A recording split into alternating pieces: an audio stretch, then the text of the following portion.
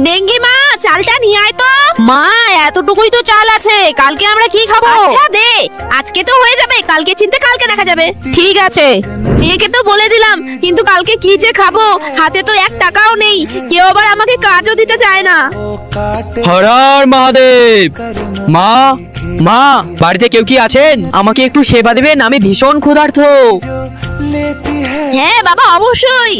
এই যে আসন গ্রহণ করুন, আমি আপনার জন্য সেবা নিয়ে আসি। মা, তাহলে তুমি কি খাবে? কিছু হবে না বাবা, তুই খেয়ে নে।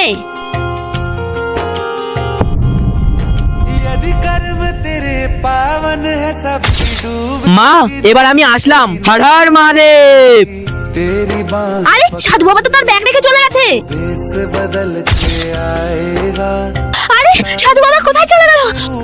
এতগুলো টাকা, তার মানে